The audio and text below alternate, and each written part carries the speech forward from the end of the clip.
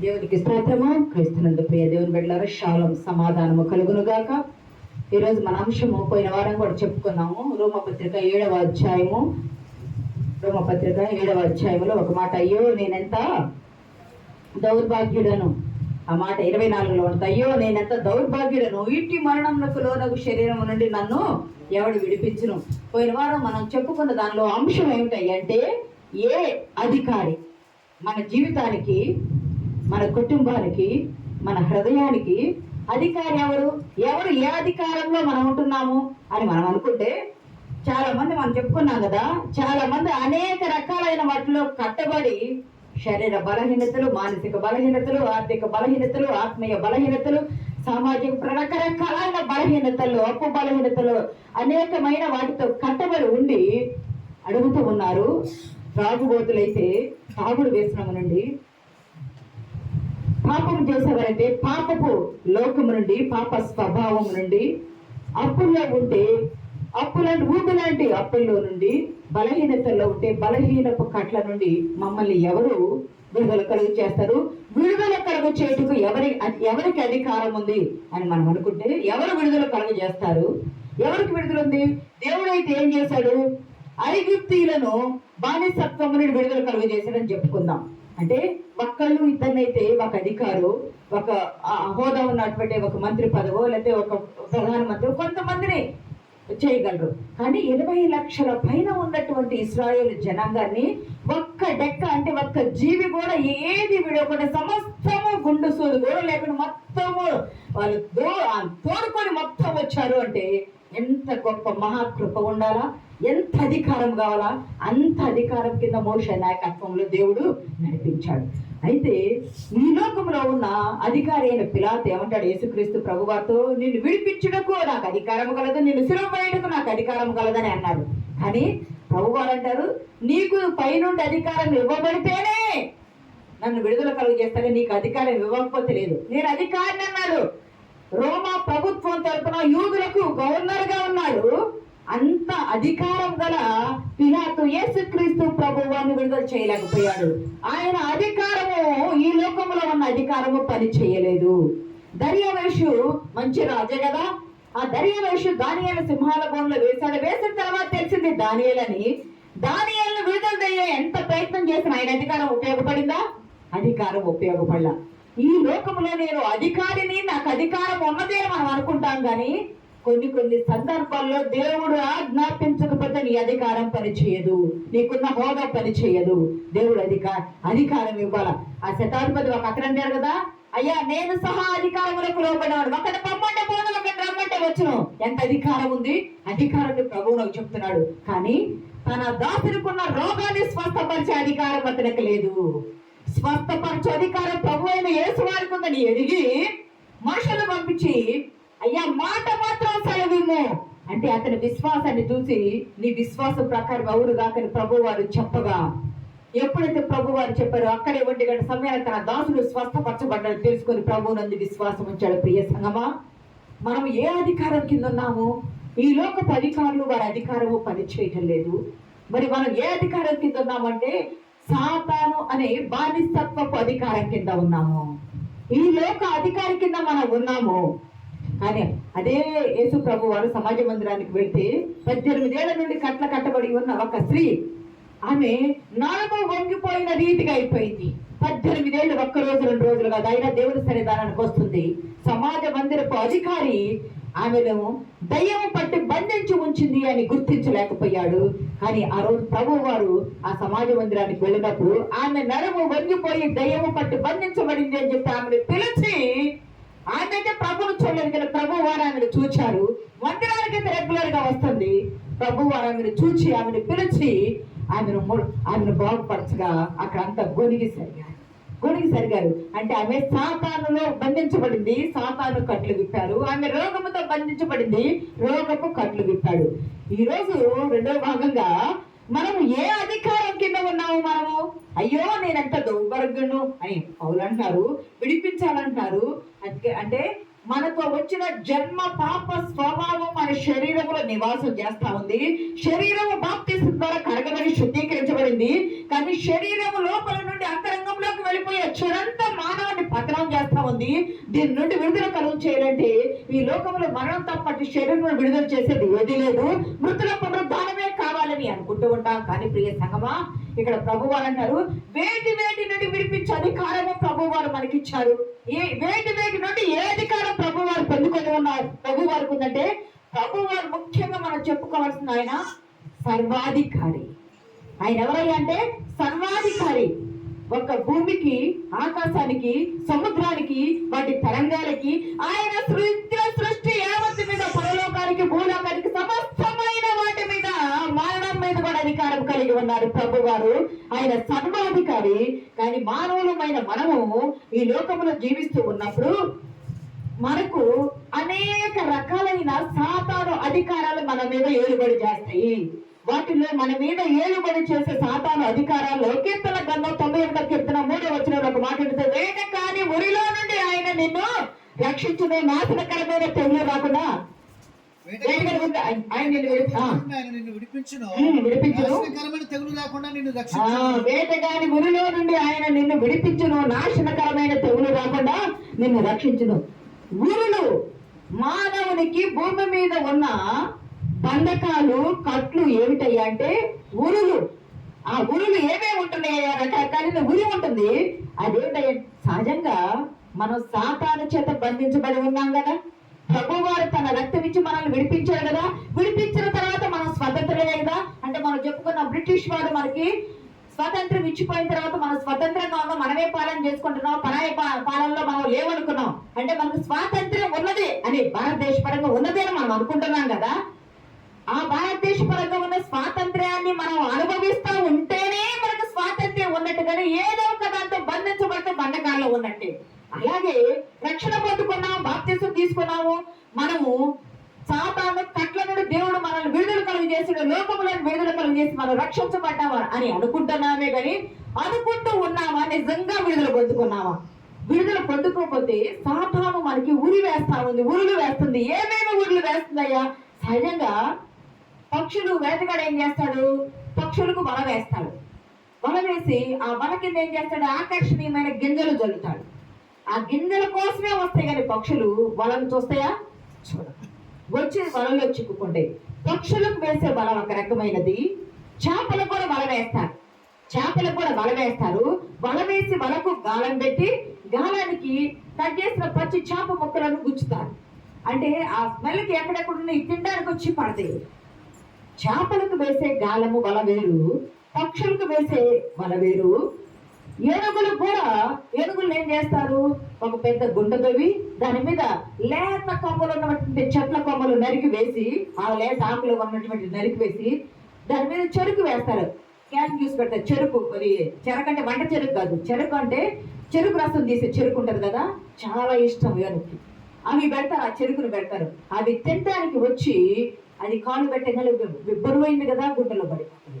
అంటే ఒక్కొక్క దాన్ని పట్టడానికి ఒక్కొక్క రకమైన ఉరులు వేస్తా ఉంటే, చిక్కులు, వలలు వేస్తా ఉంటే అపవాది మనకి ఎక్కడ వేస్తున్నాడో తెలుసా? హబక్కూకు గ్రంథము 1వ అధ్యాయం 15వ వచనం చదివిస్తున్నావా?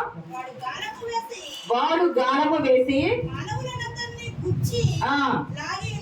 ఎవరు గాలం వేసింది? పైంచదు.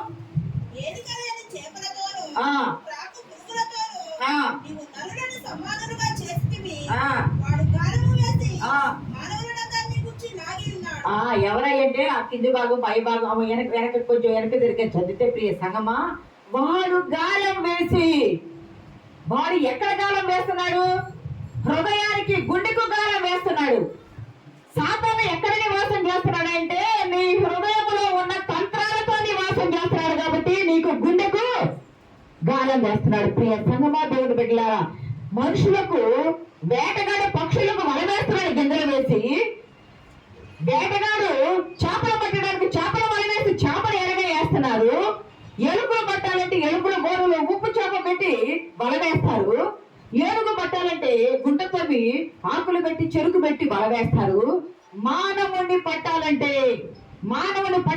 మానవునికి వేయబడ్డ వల ఎక్కడయ్యంటే నీ హృదయం అనే గాలానికి, నీ గుండెకు గాలం వేస్తూ ఉన్నాడు. ప్రియ సంగమా, నీ హృదయంలో ఏముంటున్నాయి? ఏమి ఉంటే సాతాను వచ్చి గాలం వేస్తున్నాడు. ప్రభు వారు కూడా అంటాడు కదా, ఆయన వాక్యము రెండంచులు వాడిగల ఖడ్గం వంటిదన హెబ్రీ పత్రికలో ఉంది కదా, వాడిగల రెండంచుల ఖడ్గము ప్రియ సంగమా అది లోనికి దూసుకుపోయి ఎముకలు మూలను కూడా విభజిస్తుంది.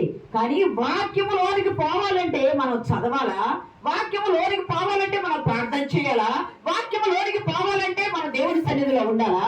అవన్నీ ఈ రోజుల్లో మనకు పదమవుతా ఉంటే సాతాను మన గుండెకు గాలం వేసి వాడు గుచ్చిలాగుతూ ఉన్నాడు. నీలో ఏమున్నది, నీలో ఏమున్నది? నువ్వు దేవుడి బిడ్డవా, నీవు నా బిడ్డవా? దేవుడి విడవా దావిడవని గాలం వేసి లాగుతాడు. మీకు గుర్తుందా? చూడవసరం లేదు కానీ యాకోబు వంట చేసుకుంటా ఉంటే ఏషావు వచ్చాడు కదా, అలసిపోయాడు, బయటికి వెళ్ళాడు, అలసిపోయాడు, ఏమి ఒక్క జంతువు దొరకలేదు, కలగూడ వంటకం ఎర్ర ఎర్రగా ఉంది, ఆ వాసనకు ఆకలి అయిపోయింది, చూడగానే చూపున కదిమా అందంగా కనిపించింది. వెంటనే నీ ఆహారం నాకు పెడతావంటే యాకోబు ఏమంటున్నాడు, నా ఆహారం పెడతాదని నీ జ్యేష్ఠత్వం ఇస్తావా? ఆహారముతో అన్న జ్యేష్ఠత్వాన్ని కొనుక్కున్నాడు. ఆహారము ద్వారా ఊరి రావచ్చు, జ్ఞాపకం పెట్టుకోవాలా. ప్రియ సంగమా, మీకు గుర్తుందా? సౌలు మనం ఇశ్రాయేలు దేశానికి మొదటి రాజైన సౌలు గొల్యాతు వచ్చినప్పుడు ఏమంటాడు, ఇతన్ని ఎవరైనా చంపితే అర్ధరాజ్యం ఇస్తాను, నా కుమార్తెనిచ్చి వివాహం చేస్తాను, సైన్యాధిపతిగా చేస్తానని ఎన్ని ఆప్షన్స్ పెట్టాడు కదా, ఇన్ని బహుమానాలు ఇస్తానని చెప్పాడు కదా. దావీదు బహుమానాల కొరకు ఆశపడకుండా వచ్చి గొల్యాతును చంపేశాడు కదా. చంపేసినప్పుడు రూల్ ప్రకారం రాజు ప్రకటిస్తే చేయాలిగా. హేరోదు అయితే యోహాను బాప్తిస్మా యోహాను తల ఇస్తానని మాట ఇచ్చాడు, అందరి ముందు ఇచ్చాడు కదా. కానీ సౌలు రాజు అయితే ఇస్తానని అందరి ముందు ప్రకటించి దావీదును కిరీటానికి ఇష్టపడాల, తన కుమార్తెను వేరే వారికి ఇచ్చి వివాహం చేశాడు. అయితే రెండవ కుమార్తె దావీదును ఇష్టపడుతుందని తెలుసుకొని అక్కడ ఒక పరీక్ష పెడతాడు. నువ్వు ఫిలిష్తీయుల దగ్గరికి వెళ్ళి వాళ్ళని 100 మందిని చంపి చెప్తారనమాట. అక్కడికి వెళ్ళి వారి నుండి తనకి కావలసినటువంటి వస్తువులు తీసుకొని రమ్మని చెప్పినప్పుడు అలాగూ చేయగా ప్రియ సంగమా, దేవుని బిడ్డలారా, ఈ ఎందుకు అలా చేశాడయ్య అంటే ఫిలిష్తీయులను ఒక్కళ్ళని చంపడమే కష్టం, 100 మందిని చంపడం అంటే మాటలా? శరీర భాగము కట్ చేసి తీసుకురమ్మంటే మాటలా? వాళ్ళని వెలుగుతూ ఉంటే చంపేస్తారు, నిద్రపోయేటప్పుడు ఒక్కడికైనా నొప్పి లేకుండా ఉంటుందా? 100 మందిని చంపి తీసుకురమ్మంటే ఎందుకన్నాడయ్య అంటే, నా కుమార్తె సౌలుని ఇష్టపడిందిగా, ఇప్పుడు నేను ఈమెను ఇస్తానని చెప్పాను, ఈ పరీక్ష పెట్టాను, ఈ పరీక్షలో నెగ్గడవు, ఇస్తానన్నానుగా, నా కుమార్తెను ఇస్తానన్నదే అతను. చదవండి ఆ మాట చదవండి, మొదటి సమయాల గ్రంథము 18వ అధ్యాయం 28వ చదవండి. మొదటి సమయాల గ్రంథం 18.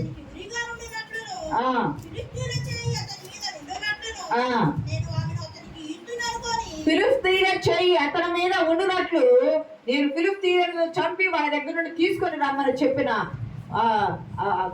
ఆ భాగము, ఆ పార్ట్ తీసుకొని రమ్మని చెప్పాను. వాడికి హాని చేస్తామన్నాను, అది తీసుకురాలేడు. అదేమవుతుంది, అక్కడికి వెళ్తే ఫిలిష్తీయులు చంపేస్తారు, వాళ్ళు చంపేస్తారు. కాబట్టి ఆమె కోసం ఆమెను ఇస్తానని చెప్పే ఆమె అతనికి ఏమైంది, ఉరిగా ఉంటది. ఎలా వలవేశాడు, కుమార్తెను చూపించి ఆశ చూపించి వల వేశాడు. ప్రియ సంగమా, మానవుల్లో ఉన్న ఆశను బట్టి ఎదుటి వారు వల వేయడానికి ఆస్కారం ఉంటుంది, సాతానుడు గాలం వేయడానికి ఆస్కారం ఉంటుంది. జ్ఞాపకం పెట్టుకోవాలా. సౌలు అయితే కుమార్తెను చూపించి ఫిలిష్తీయులకు ఉరిగా ఉండినట్లు, ఆమెను కుమార్తె ఉరిగా ఉండినట్లు ఇచ్చారు. మొదటి 120 ఇందాక చదివిన దానిలో కూడా ఒక మాట్లాడు, దాని వచ్చిన 124 కీర్తనలో 124 వచనం, వారి పండ్లకు మనల్ని వేటగా అప్పగించిన యెహోవా స్తుతులందురుగాక.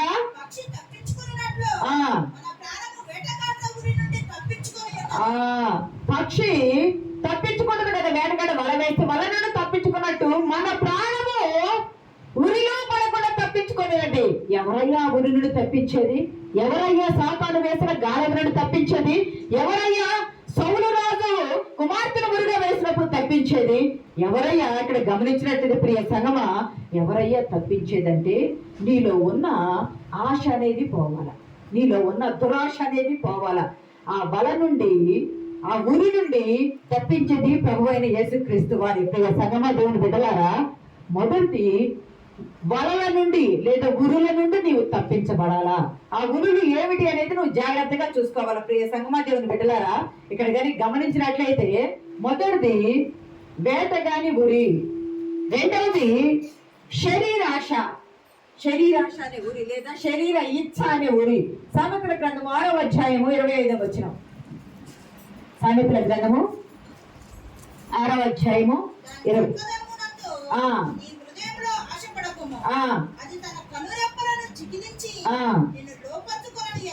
ప్రియ సంగమా, సహజంగా టీవీల్లో కానీ పేపర్లో కానీ న్యూస్లు కానీ మనం చూస్తే ఎలా ఉంటాయ్యా న్యూస్లు అంటే, ఎందుకు ఈ ఈ మానభంగాలు జరగటం, ఎందుకు హత్యలు జరగటం, ఎందుకు ఇవన్నీ జరుగుతున్నాయి అంటే ఒకటి స్త్రీ గుర్తు పెట్టుకోవాలా.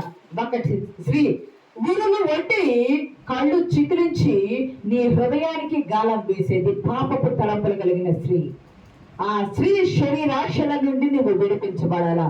రెండు, ప్రియ సంగమా, మొట్టమొదటి శరీరాశల ఇచ్చాల నుండి. ఇప్పుడు గమనిస్తే ఎక్కడ చూసిన మొన్న రీసెంట్ గా నేను లాస్ట్ వీక్ నా దగ్గరికి ఒకళ్ళు వచ్చి మాట్లాడితే, 3వ తరగతి 3rd క్లాస్ చదివే అమ్మాయి 5th క్లాస్ చదివే అబ్బాయి కంట రోజు స్నాక్స్ పంపిస్తుందంట, పెన్స్ పంపిస్తుందంట, పుస్తకాలు పంపిస్తుందంట. ఆ టీచర్ ఉండి ఆ మధ్యలో ఇంకొక అమ్మాయి తీసుకెళ్ళబట్టము. ఆ పిల్ల రోజు 2 పంపిస్తుంటే ఈ పిల్ల అలిగి మళ్ళీ 2 పంపిస్తుందంట. ఆ టీచర్ దగ్గరికి వచ్చిందంట ఇన్ఫర్మేషన్. ఏంటంటే మోకాళ్ళ మీద నీళ్ళు డౌన్ చేసి, ఎందుకు పంపిస్తున్నావు? నాకు మా మమ్మీ కొనిస్తున్నాను. మీ మమ్మీ నీకు కొనిస్తుంది, నువ్వు ఆ పిల్లడికి ఎందుకు పంపిస్తున్నావు? పిల్లాడిని పిలిపించి అడిగితే, ఈ అమ్మాయి రోజు నాకు పంపిస్తున్నాయి, వద్దరు పడేస్తానా నాకు పంపిస్తుందంటే. 3rd క్లాస్ చదివే పాప, నాకు ఆ అబ్బాయి అంటే నాకు ఇష్టము, నేను ప్రేమిస్తున్నా, అసలు ఏమి చేసి ప్రేమిస్తున్నానంటుంది. ప్రేమ అంటే ఎంత పవిత్రమైంది. సెల్లులు చూసి తల్లిదండ్రులు ఏం చేస్తున్నారంటే ఫోన్లు ఇస్తున్నారు. ఫోన్లో ఏం చూస్తున్నారో పిల్లలు తెలియదు, ఏం చూస్తున్నారో తెలియదు. చదువుకుంటున్నామంటున్నారు, ఆన్లైన్ క్లాసెస్ అంటున్నారు, దారి తప్పిపోతున్నారు. ఎంత పవిత్రమైనది ప్రేమ అంటే. పరలోకపు దేవుడు మన కొరకు తన ప్రాణాన్ని అర్పించినంత పవిత్రమైనది ప్రేమ అంటే. కానీ ఇచ్చలతో ఇంకా ఈ మాట షేర్ చేసుకున్నప్పుడు, ఫోన్లో షేర్ చేసుకున్నప్పుడు, ప్రియ సంగమా, 3rd క్లాస్ అంటే చాలా గ్రేట్. 3rd క్లాస్కి వచ్చి ఏమంటారు గ్రేట్. ఫస్ట్ క్లాస్ నుండే స్టేటస్ సింబల్ గా చూస్తున్నారంట. నాకు బాయ్ ఫ్రెండ్ ఉంది, నాకు గర్ల్ ఫ్రెండ్ ఉందని. ఎటు పోతుంది లోకము? సాతాను బాల్యము నుండే గాలం వేసి, అందుకే పిల్లలు నడవలసిన త్రోవను వారికి నేర్పిస్తే పెద్దవాడైనప్పుడు దాని నుండి తొలగిపోడు. నీ పిల్లలు గమనించాలా. కావలి వాడి వలే, వాచ్మెన్ వలే నువ్వు నీ పిల్లల్ని గమనించాలా. నీ పిల్లలు ఏమి చదువుతున్నారు, నీ పిల్లలు సెల్లో ఏం చూస్తున్నారు, నీ పిల్లలు ఎవరితో ఏం మాట్లాడుతున్నారు, వారి స్కూల్లో ఎలా ఉన్నారు, ఇంటికి వచ్చిన తర్వాత ఈ రోజు ఎలా గడిచింది స్కూల్లో, ఎవరు నీతో ఏం మాట్లాడా, నువ్వు ఎవరితో ఏం మాట్లాడావని ఈ రోజులో తల్లిదండ్రులు అడిగే స్థితిలో ఉన్నారా? పనులకు పరిగెత్తుతూ ఉన్నారు. ఏదో 10 రూపాయలు రావాలా, సంపాదించుకోవాలని చూస్తున్నారు. కానీ పిల్లల భవిష్యత్తు కొరకు చేస్తున్నామంటారు. పిల్లల భవిష్యత్తు బాల్యము నుండే పాడవుతుందని గమనించట్లా. ప్రేమ వేరు. నేను ప్రేమకు వ్యతిరేకిని కాదు, ప్రేమించవద్దు అని నన్ను ప్రేమించమని నేను చెప్పను. కానీ దేవుని ప్రేమ పవిత్రమైనది. ఒక సమయం రావాలా, ఒక హోదా రావాలా, ఒక ఏజ్ రావాలా, అనుభవ జ్ఞానం ఉండాలా, ఆలోచన శక్తి ఉండాలా, వివేకం సమయస్ఫూర్తి ఉండాలా, మంచోచో తెలుసుకునే సమయం వచ్చినప్పుడు నేను పలానా వారిని ఇందిరాగాంధీ గారు చేసుకున్నారు, ఫిరోజ్ గాంధీ గారిని వాళ్ళ తండ్రి గారు చేశారే. ఒక ఏజ్ వచ్చింది, దేశాన్ని పాలించే నాయకత్వం వచ్చినప్పుడు చేసుకున్నారు. సోనియా గాంధీ గారు చేసుకున్నారు, రాజీవ్ గాంధీ గారిని. ఒక ఏజ్ వచ్చింది, చేసుకున్నారు. శ్రమలైనా ఓర్చుకొని నిలవబడ్డారు. 1వ తరగతి ఏంది, 3వ తరగతి ఏంది, 10వ తరగతి ఏంది, ఎక్కడ పోతుందో లోకం వెళ్ళిపోతుంది. శరీర ఆశలతో సాతాను ఇచ్ఛలను నెరవేరుస్తుంది. ప్రేమ పవిత్రమైంది, శారీరక. అందుకే బైబుల్ అంటారు కదా, యెజబెలు లాంటి మనస్తత్వం మీలో ఎవరికైనా ఉన్నదేమో పరీక్షించి చూసుకోండి. మరి మిమ్మల్ని మీరు పరీక్షించకపోతే, ఉదయకాలం ముందు మా ప్రొఫెసర్ గారు భార్య అని చెప్పింది, మీరు భార్యాభర్తలు ఏం మాట్లాడుకుంటారు, పిల్లలు పెట్టుకొని ఏం మాట్లాడుకుంటారు, సాయంత్రం రాగానే ఈ రోజు అంతా నేను పలానా వాళ్ళతో ఈ విధంగా మాట్లాడాను, వారు నాతో ఇది మాట్లాడారు, మీరేం మాట్లాడారు, మీరు ఎవరితో మాట్లాడారు, మీరు ఏమి చేశారు, మీ పిల్లలు ఏమి చేశారు అని మీరు సాయంకాల సమయంలో కుటుంబ ప్రార్థన అనంతరం తింటూ మీరు చర్చించుకోకపోతే ఎవరి దారి వారిదే ఉంటుంది. చర్చ లేకపోతే మీ కుటుంబం ముందుకు ఎట్టబోతుంది. శరీర ఇచ్చలకు శరీర ఆశలకు లోబడిపోకూడదు. ప్రియ సంగమా, సాతాను వేసే గురి, సాలెపురుగు గూడు కట్టింది కదా, సాలెపురుగు గూడు కట్టింది కదా, ఆ గూడు కట్టినప్పుడు సాలెపురుగు గూడు ప్రియ సంగమా ఎండకు మెరుస్తూ ఉంటది, ఎండకు మెరుస్తూ ఉంటుంది. ఆ మెరుపును చూసి పురుగులు కానీ ఈగలు కానీ దోమలు కానీ వచ్చి దానిలో పడతాయి. మెరుపు, పై మెరుపు చూస్తే పై మెరుపు ఎప్పుడు కూడా మంచిది కాదు, పై మెరుపు ఎప్పుడు కూడా మంచిది కాదు. లోతు తెలుసుకోవాలా, మంచిది చెడేది, ఏది చేయగలం ఏది చేయకూడదు. లేదా ఆ మెరుపును చూసి పురుగులు వచ్చి పడి జీవితాన్ని అంతం చేసుకున్నట్టు పిల్లల్ని మనం క్రమంలో శరీర ఇచ్చలతో పెంచుతూ ఉంటే, మీరు మీ జీవితాలను శరీర ఇచ్చలతో పెంచుతూ ఉంటే సాతానుడు మీ జీవితానికి గాలం వేస్తున్నాడు, మీ కుటుంబానికి గాలం వేస్తున్నాడు, నీ హృదయానికి గాలం వేస్తున్నాడు, నిన్ను పతనం చేయడానికి సిద్ధపడుతూ ఉన్నాడు.